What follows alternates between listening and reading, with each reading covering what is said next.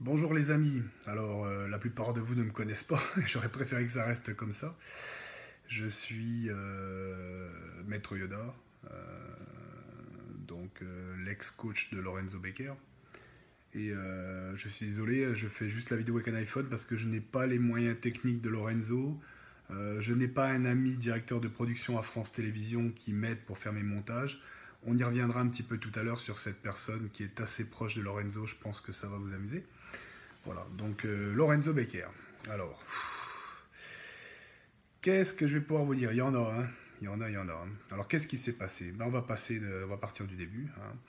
Je suis parti aux États-Unis l'an dernier, il y a un petit peu plus d'un an. Je suis parti 4 ou 5 semaines à Dallas, au Texas, faire un petit pèlerinage au Metroflex à Arlington, la salle de Brent Warren.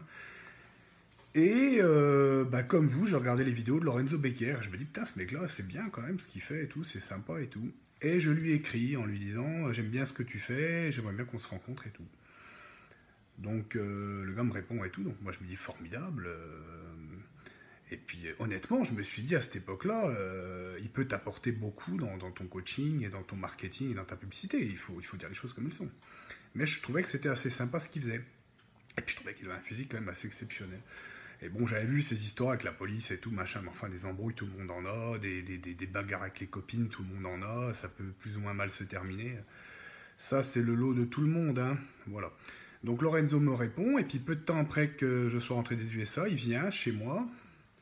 Et en fait, c'est là où j'ai vu que j'aurais dû arrêter assez rapidement, parce que j'ai vu beaucoup de choses, des discours incohérents, un manque de respect aussi, parce que quand vous demandez à la personne de ne pas fumer chez vous, je parle fumer du cannabis, hein, bien sûr, hein, pas fumer une cigarette, hein, parce que vous savez que c'est un grand consommateur, on reviendra aussi un petit peu tout à l'heure là-dessus.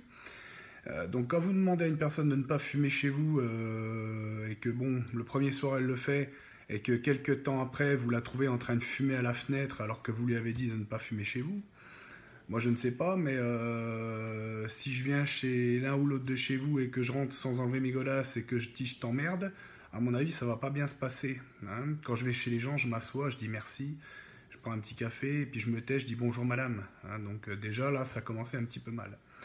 Donc j'aurais dû avoir la puce à l'oreille pour pas mal de choses comme ça, parce qu'en plus c'est pas du tout ma culture, hein. J'ai 47 ans, donc voilà, hein.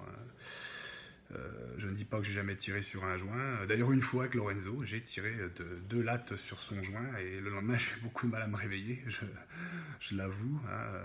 Bon, moi, c'est plutôt l'âge de la Cronenbourg et voilà un petit peu ça. Et donc voilà, puis après il repart et tout. Et bon, il vient me voir en fait parce qu'il avait été chez Patrick Ostolani et où il avait fait un grand buzz comme quoi il allait être coaché par Patrick Ostolani et tout, et puis il commence à me montrer ceci, cela, ses plans de ceci, ses plans de cela. Puis moi je dis écoute Lorenzo, Patrick est ton coach, je vais pas commencer à te dire ceci, cela, parce que j'ai pas la même vision que lui, certainement, et si je te dis ça, ça va te mettre l'embrouille, et moi c'est un manque de respect envers Ostolani, j'ai pas à faire ça, je le connais pas, mais bon, j'ai pas à faire ça. Et puis voilà, mais bon, on discute un peu et tout. Puis après, comme Monsieur Becker est quelqu'un qui est archi prenant tout le temps en train de vous appeler, et puis à des heures pas possibles, parce que comme il dort pas la nuit, passe ses nuits à jouer à la PlayStation et à fumer des joints, c'est sûr que il dort pas.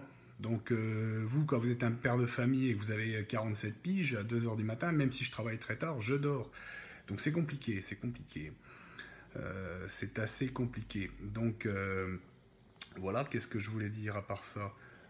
Je m'embrouille un petit peu, il y en a tellement à dire que c'est assez compliqué. Donc voilà, il était avec Patrick Ostolani. Et puis après, bon, Patrick, lui, soi-disant, lui répondait pas assez et tout. Enfin, moi, à mon avis, voilà quoi. Et puis, on commence à se rapprocher et tout. Alors il me dit, j'ai pas de logement, ceci. Enfin, je voudrais pas rester chez moi avec mon ami pour ma prépa et tout. Donc à ce moment-là, commence à voir avec une personne qu'on connaît pour essayer de trouver un logement pas très loin de chez moi, de façon à ce que je puisse l'avoir dans la main. C'était 8 mois avant, hein, l'Arnold, parce que quand il vous dit que j'étais juste là pour fignoler, on peut en parler, on va rigoler, hein, on va rigoler. Quand le monsieur ne connaît même pas le nom d'une molécule, ne sait même pas de quoi il parle, et il vous dit que voilà, non, mais c'est pris en main depuis le début, hein, quand on le voit en photo dans les sous-sols de son ami producteur de télévision dont on reparlera tout à l'heure.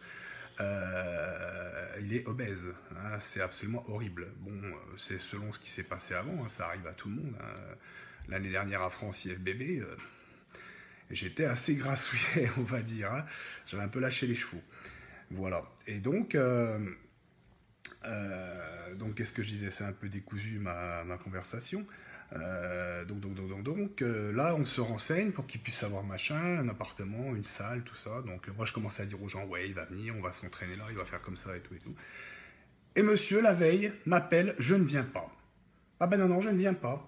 Je vais faire bûcheron. Je vais gagner des milliers d'euros en faisant bûcheron.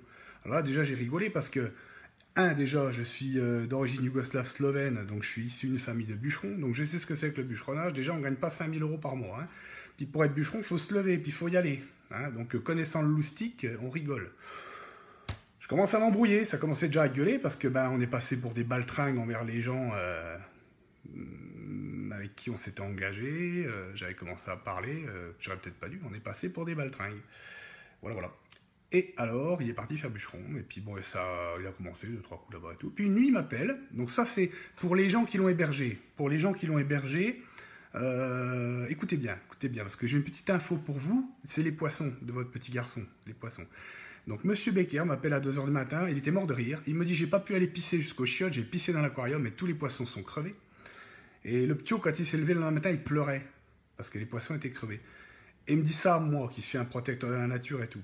Et là, c'est encore une erreur de ma part. On lui dit, espèce de con, tu t'es vraiment un enculé et tout. J'ai rien dit. J'ai laissé glisser. Je me suis dit, écoute, Christophe, tu auras peut-être à le changer. On verra comment ça peut se passer, quoi. Je n'ai rien dit du tout. Et voilà, donc dédicace aux gens. Vos poissons, ils sont pas morts d'une maladie bizarre, quoi. Hein. Ils sont morts parce que Becker a pissé dans l'aquarium, hein, tout simplement. Et après, il m'appelle aussi. Il me dit, j'ai été obligé de partir de chez eux, parce qu'évidemment, ça a dû chauffer. Hein. Parce que ça, il est un peu comme les puces. Il saute de personne en personne. Il pompe, puis quand il n'y a plus rien à pomper, il se barre. Ouais. Et quand ce monsieur est parti, m'a appelé une fois en pleine nuit, il me dit, il faut que j'y aille, je me barre, parce que le petit, il s'est mis après moi, parce qu'en fait, le gamin était comme un petit animal, en fait. Le petit gamin, il a senti que ça puait, tu vois. Il a senti que le mec, il puait, tu vois. Que c'était pas bon du tout, tu vois. C'est ça qu'il a senti, le gamin. Et le gamin le harcelait.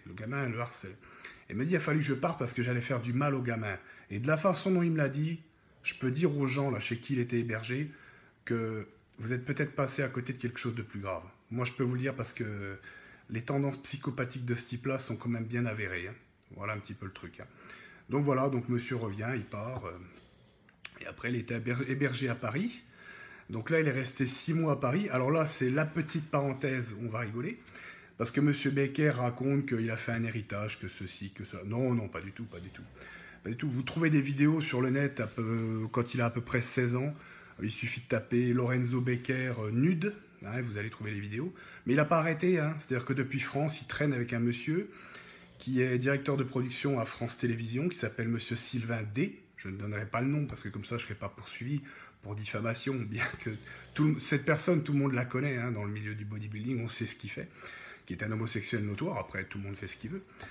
Hein, mais Lorenzo vit chez lui, à Paris, pendant 6 mois, et ce monsieur lui paye à manger, lui paye un petit peu tout et tout. Donc, à votre avis, est-ce que c'est en échange de faire le ménage ou de passer l'aspirateur? Est-ce que vous pensez que c'est en échange de ça? Hein? Bon, compris. Surtout quand on est dans ma suite à Madrid, que j'ai loué avec mon argent, hein, bien sûr, parce que j'ai payé beaucoup de choses, on en reviendra aussi là-dessus. Quand on est dans ma suite à Madrid et que j'entends... Parce que jusqu'au bout, j'ai pas voulu y croire. Je me dis, Christophe, mais non, tu sais bien que ceci, c'est quand même... Non, mais non. Hein? Et quand à Madrid, ce monsieur vient nous voir, et que j'entends la copine de Lorenzo qui lui dit, je te préviens Lorenzo, vous ferez rien, tu fais rien avec... Vous faites pas vos trucs quand je suis dans la chambre d'à côté. Là, je me suis dit, est-ce que c'est compter les cuillères de pêche, observer la collection de timbres, je ne sais pas trop. Hein, voilà. Et puis voilà, et puis on en apprend plein comme ça, donc ce monsieur vient et tout, machin. C'est là aussi que j'apprends que Lorenzo Becker ne s'était pas douché depuis 15 jours. Monsieur ne s'était pas lavé depuis 15 jours. Donc je vais vous expliquer, mes amis, allez faire tenir un tan sur un type qui a la peau archi pourrie, l'organisme archi intoxiqué par du cannabis à 20 joints par jour, et qui en plus ne s'est pas lavé depuis 15 jours, qui ne s'est pas épilé, parce que le soir de l'Arnold, à 1h30 du matin, je lui avais dit d'aller se faire épiler la semaine, de tirer les poils pour que ça arrache les pores de la peau, pour faire des gommages et tout ça. Hein, je lui avais dit, au lieu de faire ça, monsieur n'a rien fait. Donc à 1h30 du matin, à la veille de l'Arnold, je lui ai dit, Lorenzo, où il est ton rasoir? Parce que là, je sens que ça va pas aller. Je ne l'ai pas pris. Alors je prends mon gilet de triple lame et je suis dans la douche à 1h30 du matin en train de lui tenir le moitié la queue et de le raser, de l'épiler pour le lendemain. Jusque-là, c'est allé, mes amis, jusque-là. Monsieur ne prend pas de douche pendant 15 jours. Alors, je me suis demandé, pour rigoler, je me suis dit peut-être qu'il n'a pas pris de douche pendant 15 jours quand il était avec son ami, parce que le fait qu'il pue et qu'il soit crado, eh ben, peut-être que ça mettait un petit peu l'autre à distance, quoi. Vous voyez ce que je veux dire? C'était peut-être un petit peu une méthode d'autoprotection, voilà. C'est assez pourri hein, de dire des choses comme ça, mais pourtant, je peux vous dire que c'est la vérité. Beaucoup de gens me connaissent, savent que je suis une personne qui suis droite. J'ai un gros vécu, j'ai un gros passif, j'ai fait énormément de conneries dans ma vie. J'étais un petit con, j'ai tapé la tête dans les murs, mais ce qu'il y a, moi, c'est que j'avais un bon fond. C'est-à-dire que j'aurais pas piqué de l'argent à un aveugle.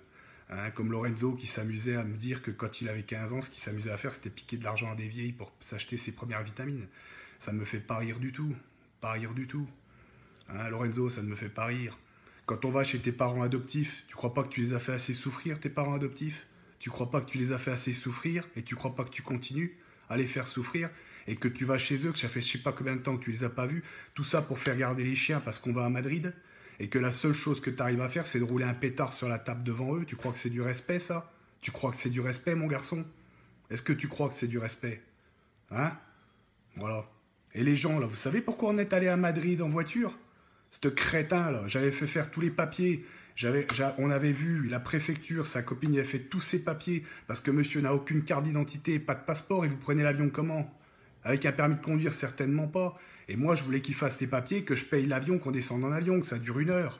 Eh ben non, monsieur a voulu faire un road trip, donc on s'est tapé 9 ou 10 heures de bagnole de X6, et l'autre qui fumait joint sur joint. Comme ça, si on se fait arrêter par la Guardia civile, on y est tous les deux. Voilà, et ça, c'est des conditions physiques pour arriver à un Arnold classique, ça. Ce type n'est pas un athlète, vous allez le comprendre, ce type n'est pas un athlète. Il ne sait pas s'entraîner. Les 15 jours où je suis allé là-bas, il n'a jamais fait les cuisses, il n'a jamais voulu faire une seule fois les abdos. À chaque fois, on partait s'entraîner, c'était 11 h, minuit. Même une fois, on a fait déclencher l'alarme de la salle. Vous voyez un peu le travail, vous? Qu'est-ce que c'est que ce bordel? Le type, la diète, nul en diète, impossible de lui faire tenir une diète. 3 semaines avant l'Arnold, il m'envoie des vidéos, il est en train de dégueuler dans la baignoire, il a bouffé des crêpes au Nutella et il se fait vomir dans la baignoire. Incapable de tenir une diète, incapable. Je dis Lorenzo, poulet, je trouve une carcasse de poulet rôti, le poulet rôti, avec plein d'huile dedans. Eh oui, et des manques de respect, mais que j'ai supporté un gars comme moi. Mais je comprends pas comment j'ai pu accepter ça. On est le matin de l'Arnold Classique, On est le matin de l'Arnold Classique. Je suis en train de lui préparer toutes ses gamelles, 7 h du matin. Je lui fais son poulet pour 10 h, je lui fais ça pour 13 h parce qu'on va rouler. Je prépare tout. Vous savez, j'avais mis le tablier, c'était limite, j'avais pas laissé un petit peu le cul dépasser avec une plume, tu sais. Maître Yo-Yo, la boniche de maison. Bon, c'est tout. Monsieur est sur le canapé en train de fumer un bédo, défoncé comme d'habitude, hein, dégueulasse et tout. Voilà. Il y a une carcasse de poulet qui traîne. Sa copine dit une fois, Lorenzo, qu'est-ce qu'on fait de la carcasse? Répond pas.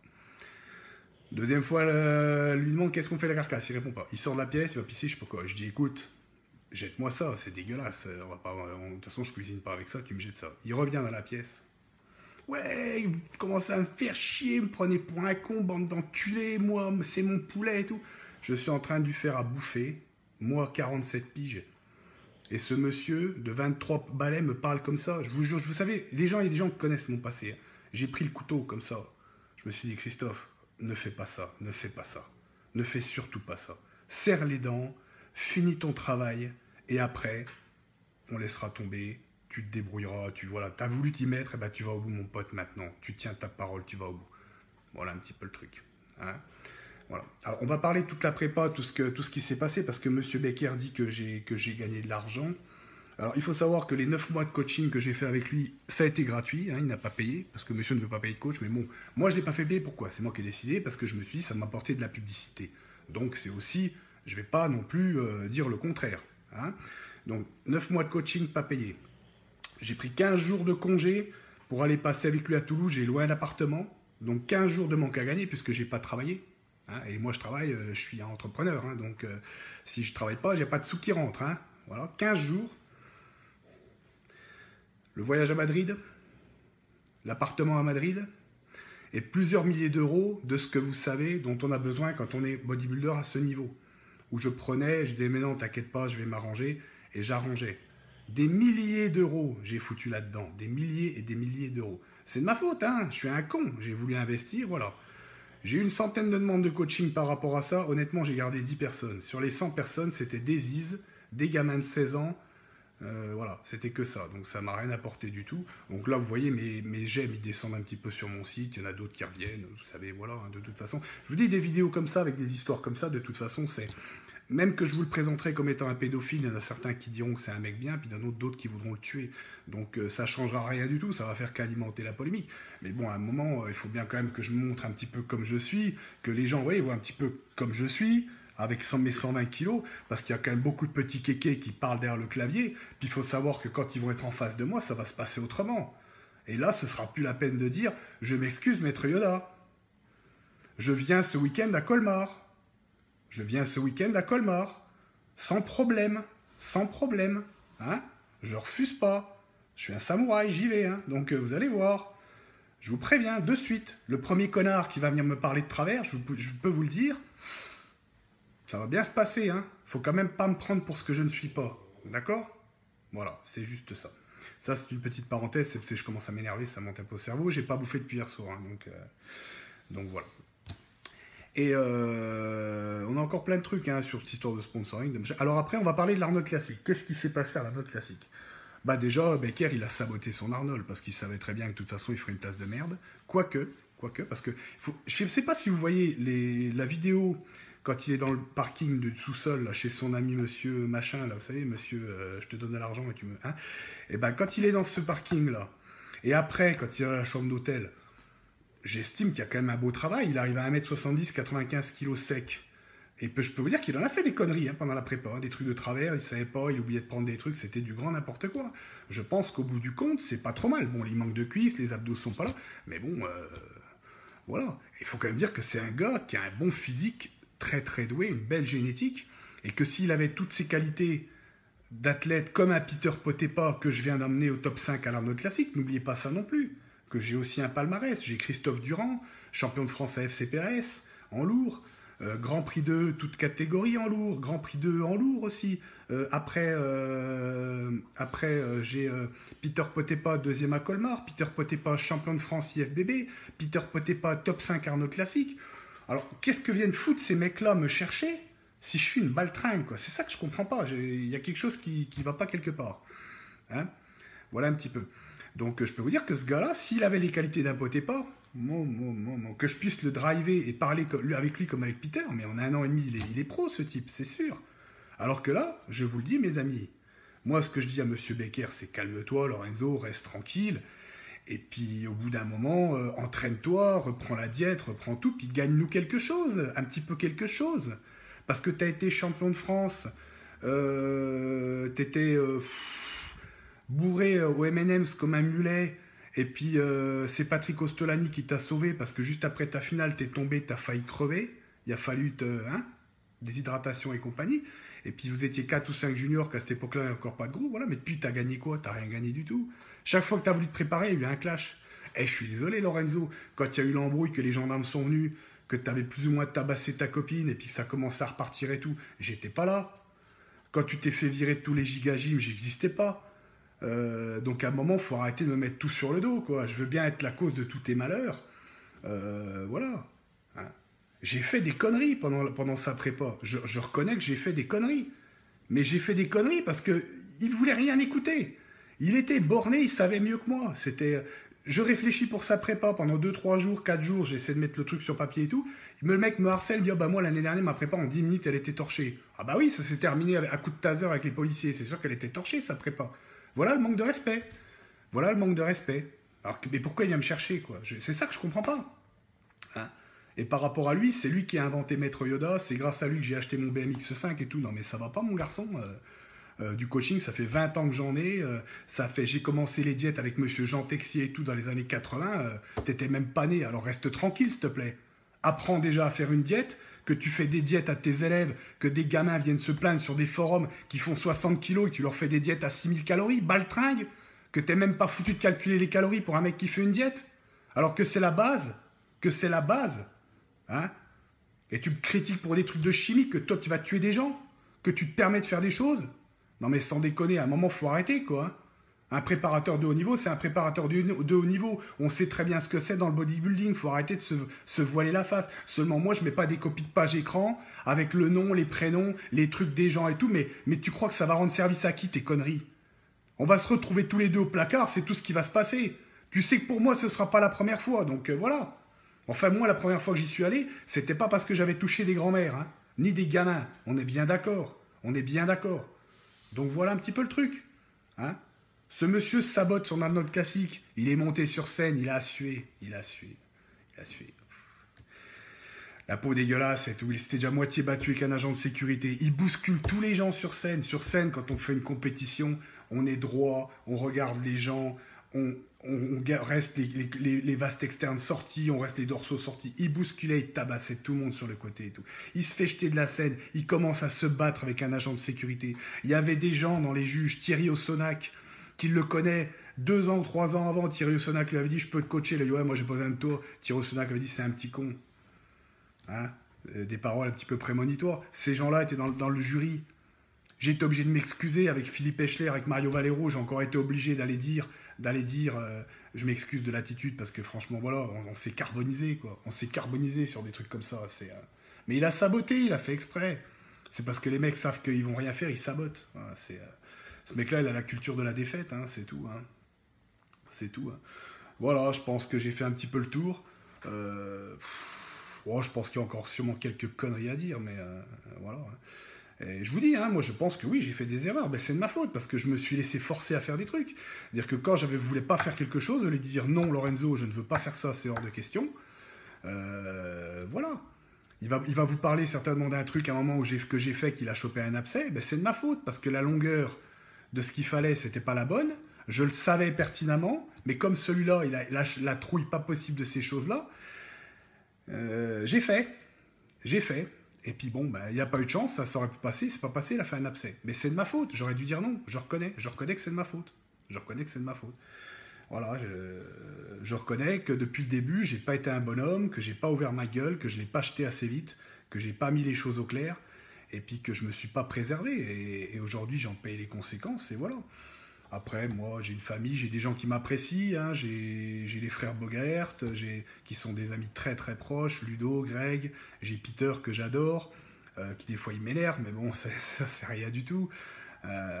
Voilà, puis j'ai énormément de gens que j'ai coachés, j'ai des gens sur des forums qui me connaissent, donc ça suffit. Après, ne pas être aimé par les gens qui ne m'aiment pas ou qui sont jaloux, ben, ça ne changera pas, hein, je vais vous dire, ça c'est le lot de tout le monde. Puis je suis une personne publique, alors moi vous savez, à chaque fois, je vais au salon, on m'arrête, on me dit, Maître Yoda, je peux faire une photo avec toi, je regarde toujours un peu derrière pour savoir si c'est pas quelqu'un d'autre qu'on parle, quoi. Hein. Le petit Thibaut Inchep, dont on peut penser ce qu'on veut, est venu me demander une photo au salon samedi, et je l'avais même pas reconnu. C'est pour vous dire un peu la burne que je peux être, quoi. Hein. Voilà un petit peu. Mais moi, je vous le dis, les amis, faites attention. Facebook, ce personnage de Lorenzo Becker n'est pas du tout la personne que vous croyez. C'est un faux de chez faux. Ce type n'a pas un rond. Je vais vous raconter, tiens, la dernière anecdote. Pas de machine à laver pour laver le linge. Alors, on va, sa copine, elle prend les gros sacs de linge, il pleut comme je sais pas quoi, et on part en X6 pour aller chez la mère de la copine laver le linge. Et il pleut. Bah, vous croyez que ce con, il descendrait de sa bagnole avec son bédo pour aider sa copine? Bah non. Qui c'est le bonhomme qui descend?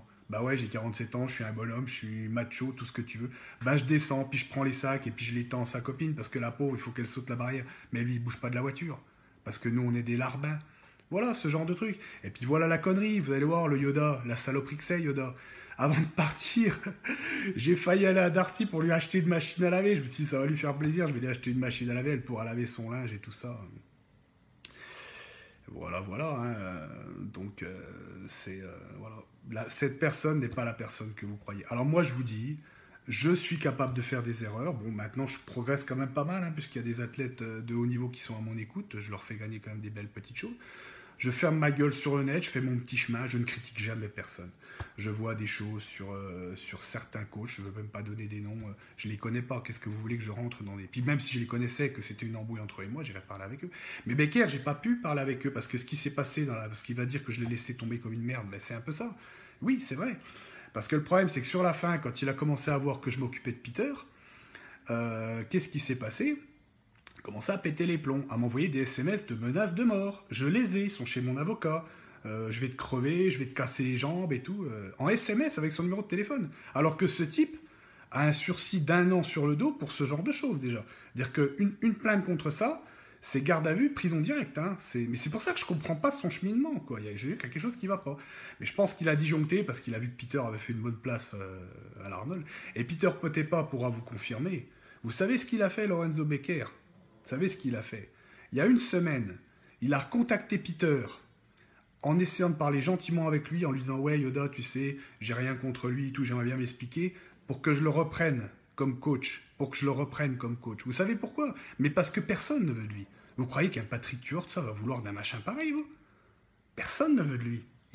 Personne ne veut de lui. Tout le monde peut... Tout athlète un peu doué peut être un petit peu sec, un petit peu propre à un mois de la compétition, mais le mois qui reste là, c'est plus la même chose. Hein. Un Peter Potepa, lui, il est aux États-Unis, il vous appelle, yo, j'ai pas mangé depuis 2 heures, qu'est-ce que je peux manger? Bon, Peter, tu fais 200 grammes de poisson, tu fais 200 grammes de haricots verts. Je vous jure qu'il mettra pas 202 grammes de haricots verts, ce mec-là, c'est une fusée. Mais Becker, c'est pas ça. Becker n'est pas un bodybuilder, c'est juste un avatar d'Internet. Voilà, et puis, bah, c'est dommage que je sois obligé de mettre les choses au point comme ça. Je pense que la majorité des gens savent que je suis une honnête personne. Hein. Voilà. Je lui dois rien. Moi, j'ai voulu arrêter avec lui, je lui dois rien. Mais comme il m'insultait sur la fin de semaine, qu'est-ce que vous voulez que je fasse, moi? J'essaie de répondre à un gars que j'essaie de m'expliquer avec lui, de dire de se calmer, et il m'insulte. À la fin, je vais quand même pas baisser ma culotte pour aller chez lui et me faire enfiler, quoi. Hein, donc voilà, c'est pas possible. À un moment, j'ai tout coupé, je l'ai bloqué partout, quoi. C'était plus possible. C'était des pages et des pages de menaces de mort et d'insultes. Il n'y a pas de communication possible avec un taré pareil. Vous voyez bien la vidéo, vous voyez pas un peu la vidéo, le cyclotimique que c'est, le gars qui se rase le crâne, qui fait n'importe quoi. Ça ressemble à rien, quoi. Vous voyez bien mon ton posé, quand même, je sais pas. Bref. Bon, je vais pas dire que je suis pas touché, parce que je suis touché, hein, ça fait, j'ai pas mangé depuis 24 heures, ça va encore faire rigoler certains, ils vont me dire crève et tout. Je sais que la vidéo va rien arranger, mais il faut quand même que je contre-attaque, hein, les amis, je peux pas laisser comme ça, je peux pas laisser ça comme ça, hein, parce que là c'est trop grave quand même. Hein, et puis voilà, mais Lorenzo, on va y aller tous les deux, hein, tu vas voir, hein, grâce à tes conneries, hein, ça tu peux t'y attendre. Hein. Peut-être que t'en as rien à foutre, mais on va y aller tous les deux. Hein. Donc... je te confirme, hein, en prison, c'est long pour aller au sport. Hein, il faut faire des demandes et tout. Hein, on risque de perdre du poids, hein, je te le dis tout de suite. On va sortir, on fera men's physique minimum, voire en dessous. Hein. Voilà. Ah, c'est une petite touche d'humour. Bon, je vais poster ça. Je sais pas si je fais bien, je sais pas si je fais pas bien. On me l'a conseillé, on m'a dit yo, quand même, te laisse pas faire parce qu'il faut que les gens sachent que tu es quelqu'un de bien et que voilà. Comme je vous dis, je commets des erreurs, je fais des bêtises, mais sur l'honnêteté, on peut pas me clasher là-dessus. Je donnerai ma chemise, je l'ai fait pour Becker, je lui ai avancé beaucoup, je l'ai sponsorisé. Il l'a dit lui-même, il l'avait dit, hein, que j'avais tout payé, que j'étais le meilleur des coachs. J'ai pas tout payé, mais que j'ai payé beaucoup de choses et que j'étais le meilleur des coachs. Et puis là, d'un seul coup, bah, je suis devenu une crevure. Donc je sais pas, ça devrait vous mettre un petit peu la puce à l'oreille aussi, quoi. Voilà. Allez, la bise à tout le monde. J'ai du travail, hein, les likes continuent à monter, j'ai du coaching, ça se passe bien.